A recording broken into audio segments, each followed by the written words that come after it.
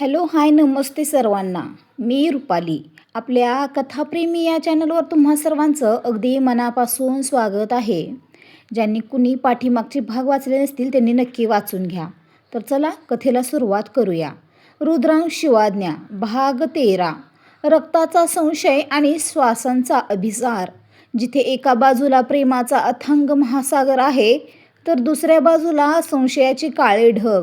ऋषिकेशच्या त्या थरारक रात्रीनंतर रुद्र आणि गौरीच्या नात्यात एक नवीन खोली आली होती. पण अमनबद्दलचा तो फोटो रुद्राच्या मनात विषासारखा कालवत आहे.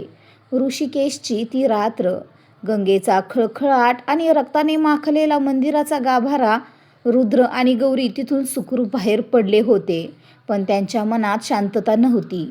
अभिमन्यू सिंहने फेकलेला तो फोटो रुद्राच्या खिशात जणू आगीसारखा जळत होता. तो फोटो होता रुद्राच्या आईचा आणि तिच्यासोबत तरुणपणीचा अमन. रुद्राने आपल्या खाजगी हेलिकॉप्टरमध्ये गौरीला बसवले. तिथे डोळे तिचे थकव्याने मिटत होते, पण रुद्राच्या चेहऱ्यावरील अस्वस्थता तिला जाणवत होती. रुद्रजी, काय झाले?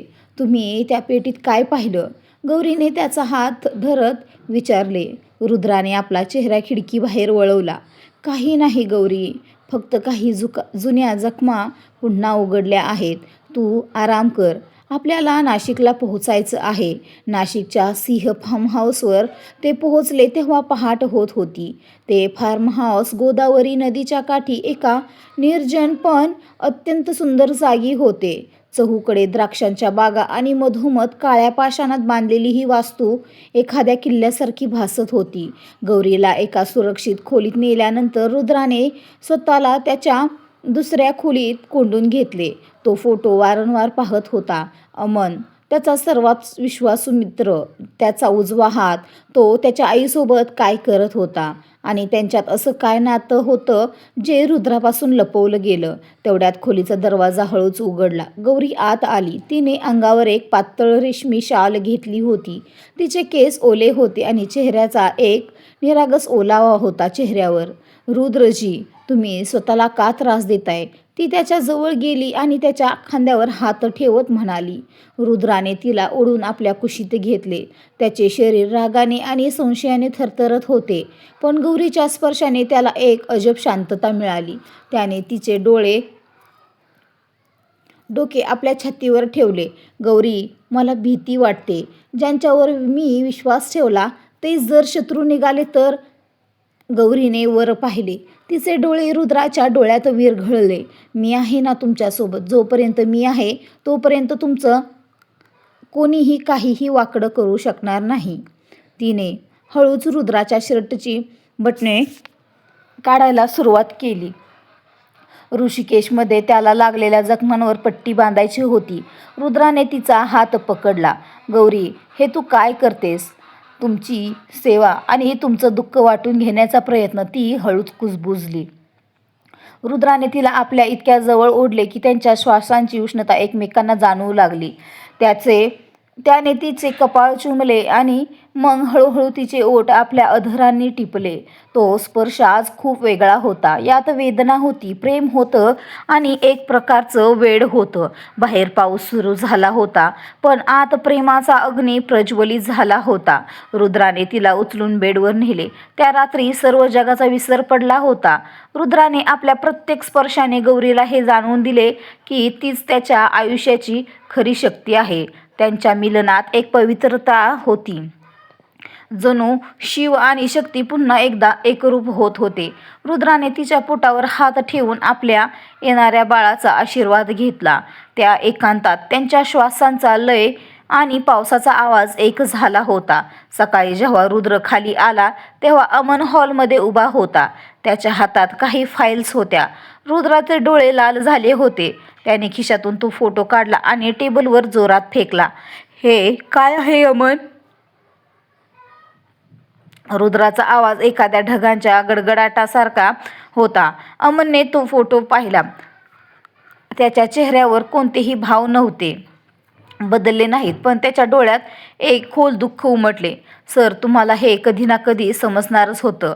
म्हणजे हे खरं आहे, तू माझ्या आईला ओळखत होतास आणि तू इतकी वर्ष माझ्यापासून हे का लपवलंस?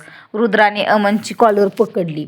रुद्र सर, शांत व्हा. मी तुमच्या आईचा प्रियकर नव्हतो, तर मी त्यांचा रक्षक होतो. माझी आई तुमच्या आईची दासी होती. जेव्हा अभिमन्यू सिंह तुमच्या आईवर अत्याचार करत होते, तेव्हा माझ्या आईने मला वचन दिलं होतं की मी तुमचं रक्षण करेन. या फोटोत मी तुमच्या आईला सुरक्षित ठिकाणी घेऊन जात होतो, अमनने अत्यंत शांतपणे सांगितले. रुद्राचा हात ढिला झाला. पण मग तू माझ्या वडिलांच्या हाताखाली का काम करत होतास? कारण मला त्यांच्या हालचालींवर लक्ष ठेवायचं होतं. जर मी तिथे नसतो तर त्यांनी तुम्हाला लहानपणीच मारलं असतं. मी तुम्हाला वाचवण्यासाठी स्वतःचं संपूर्ण आयुष्य पणाला लावलं आहे. अमनच्या डोळ्यांतून एक अश्रू ओघळला. रुद्राला आपल्या वागण्याचा पश्चाताप झाला. त्याने अमनला मिठी मारली. माफ कर अमन, मला वाटलं की नाही सर.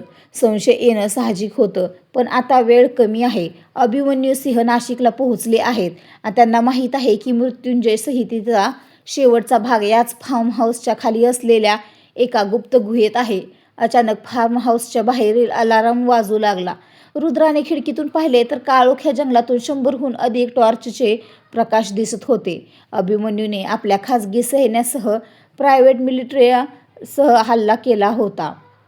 अमन, गौरीला घेऊन गुप्त मार्गाने बाहेर पड. मी यांना सांभाळतो, रुद्र म्हणाला. नाही रुद्रजी, मी तुम्हाला सोडून जाणार नाही. गौरी धावत तिथे आली होती. गौरी, हट्ट करू नको, रुद्र म्हणाला. आपल्या बाळासाठी आपल्याला सुरक्षित तुला राहावं लागेल. जा. रुद्राने तिला अमनसोबत पाठवून दिले. रुद्राने आपली विशेष रुद्र तरवार काढली. त्याने हॉलमधील दिवे मालवले. आता हा गनिमा कावा होता. शत्रू जेव्हा आत घुसला तेव्हा त्यांना फक्त अंधारच दिसला, पण रुद्राला प्रत्येक कोपरा माहीत होता. रुद्राने पहिल्या 5 गुंडांना सेकंदात यमसदनी धाडले होते. त्याचा वेग आणि त्याची ताकद पाहून शत्रूची फाटली होती, पण तेवढ्यात एक आवाज घुमला. रुद्रांश, बाहेर ये. तुझ्या बापाला समोरून लढण्याची सवय आहे, लपून नाही. अभिमन्यू सिंह गरजला. रुद्र समोर आला. ज्या बापाने स्वतःच्या पत्नीला मारलं त्याला लढायच्या गप्पा शोभत नाहीत. दोघांमध्ये भीषण युद्ध सुरू झाले होते. अभिमन्यू वयस्कर असला तरी त्याच्याकडे अनेक वर्षाचा अनुभव होता. त्याने रुद्रावर गोळ्या झाडल्या, पण रुद्राने एका खांबाचा आधार घेऊन स्वतःला वाचवले. दुसरीकडे अमन गौरीला घेऊन जंगलातील एका जुन्या मंदिरात पोहोचला होता. हे मंदिर गोदावरीच्या काठी होते आणि अत्यंत गुप्त होते. मॅडम, इथेच थांबा, मी बाहेर लक्ष ठेवतो, अमन म्हणाला. गौरी मंदिराच्या गाभाऱ्यात गेली. तिथे एक जुनी शिवपिंड होती. अचानक गौरीला काहीतरी जाणवले. तिच्या गळ्यातल्या त्या लॉकेटमधून एक विचित्र स्पंदन निघत होती. तिने शिवपिंडीला स्पर्श केला आणि त्या क्षणी जमिनीचा एक भाग सरकला. खाली एक पायऱ्यांचा मार्ग होता. गौरी घाबरली, पण तिने धाडस करून खाली जाण्याचा निर्णय घेतला. खाली एक विशाल ग्रंथालय होतं. तिथे हजारो ताडपत्र आणि जुनी हस्तलिखित होती. तिथे एका टेबलावर एक डायरी ठेवली होती. गौरीने ती उघडली. त्या डायरीवर रुद्राच्या आईचं नाव होतं, अंजना. गौरीने वाचायला सुरुवात केली आणि तिचे डोळे विस्फारले. डायरीत लिहिले होते की माझ्या मुलाला रुद्राला वाटलं की मी त्याची आई आहे, पण सत्य काही वेगळंच आहे. रुद्र हा सिंह घराण्याचा वारसदार तर आहेच, पण त्याची जन्मदात्री आई मी नाही, तर गौरीची आई आहे. गौरीच्या हातातून डायरी पडली. म्हणजे रुद्रजी आणि मी? तिला तर भोवळच आली, पण तिने पुढे वाचले. गौरीची आई आणि मी जुळ्या बहिणी होतो. आमचं रक्त एकच आहे. पण रुद्र हा अभिमन्यूचा मुलगा नाही. तो एका अशा ऋषीचा अंश आहे ज्यांनी सिंह घराण्याचं रक्षण करण्यासाठी अवतार घेतला होता. आणि गौरी, तू त्याची रक्षण करती आहेस. तुमचं लग्न हे योगायोग नसून एक दैवी योजना आहे. गौरीने सुटकेचा निश्वास टाकला. तिचं आणि रुद्रचं रक्ताचं नातं नव्हतं, तर आत्म्याचं नातं होतं. अचानक तिथे एक सावली पडली. वीर, रुद्रचा सावत्र भाऊ तिथे पोहोचला होता. त्याच्या हातात एक धारदार शस्त्र होतं. वा वहिनी साहेबांनी तर आमचं काम अजूनच सोपं केलं. म्हणजे खरी मृत्युंजय संहिता इथे आहे तर? वीर सर हसला. वीर, मागे हो. तू जे काही करतोयस त्याचा परिणाम तुला भोगावा लागेल. गौरी कडाडली. वीरने तिला पकडण्याचा प्रयत्न केला, पण गौरीने तिथली एक जुनी त्रिशूळ उचलली. तिच्या डोळ्यात एक वेगळीच शक्ती होती. आज तुला साक्षात शक्तीचं रूप दिसेल. गौरी आणि वीर यांच्यात झटापट सुरू झाली. वीरला वाटलं होतं की ही साधी मुलगी आहे, पण गौरीने ज्या पद्धतीने त्रिशूळ चालवला ते पाहून वीर मात्र थक्क झाला. फार्म हाऊसवर रुद्र आणि अभिमन्यू समोरासमोर होते. अभिमन्यूने रुद्राच्या मानेवर चाकू ठेवला होता. सांग, ती संहिता कुठे आहे? नाहीतर आज तुझा शेवट इथेच होईल. अभिमन्यू ओरडला. रुद्राने अचानक एक विचित्र हास्य केलं. तुम्हाला संहिता हवी आहे ना? मग माझ्या डोळ्यात बघा. रुद्राचे डोळे अचानक निळे झाले. त्याच्या शरीरातून एक अफाट ऊर्जा बाहेर पडली. त्याने अभिमन्यूचा हात एका झटक्यात मुरगळला. मी रुद्र आहे. मृत्यू मला स्पर्श करू शकत नाही, कारण मीच मृत्यूचा स्वामी आहे. रुद्राने अभिमन्यूला भिंतीवर आदळले. तेवढ्यात अमन धावत आला. सर, मॅडम धोक्यात आहेत. वीर त्या गुप्त गुहेत पोहोचला आहे. रुद्राने अभिमन्यूला तिथेच रक्ताच्या थारोळ्यात सोडले आणि तो वाऱ्याच्या वेगाने त्या मंदिराकडे धावला. रुद्र जेव्हा गुहेत पोहोचला तेव्हा तिथे आग लागली होती. वीर संहितेची ताडपत्र घेऊन पळण्याचा प्रयत्न करत होता. गौरी जमिनीवर पडली होती. रुद्राने वीरला हवेतच गाठलं. दोघांमध्ये गंगेच्या पात्रात युद्ध सुरू झालं होतं. रुद्राने वीरच्या हातातील संहिता हिसकावून घेतली आणि त्याला एका मोठ्या खडकावर आपटलं. वीर, तुला तुझ्या बापाने फक्त द्वेष शिकवला. प्रेम काय असतं हे तुला कधीच कळणार नाही, रुद्र म्हणाला. रुद्राने गौरीला उचलले आणि तो बाहेर आला. पण जेव्हा त्याने संहितेची ती ताडपत्र पाहिली तेव्हा त्याला धक्का बसला. ती ताडपत्र कोरी होती. हे कसं शक्य आहे? रुद्र ओरडला. अमन जवळ आला. कारण खरी संहिता कागदावर नाही सर, ती तुमच्या आणि मॅडमच्या बाळाच्या रक्तामध्ये असेल. जेव्हा त्या बाळाचा जन्म होईल तेव्हा जगाला मृत्युंजय होण्याचा मार्ग कळेल. सगळीकडे शांतता पसरली. पण लांबून एक हेलिकॉप्टरचा आवाज येत होता. अभिमन्यू सिंह जिवंत होता आणि तो शेवटचा डाव खेळण्यासाठी कोणा मोठ्या शक्तीला सोबत घेऊन येत होता.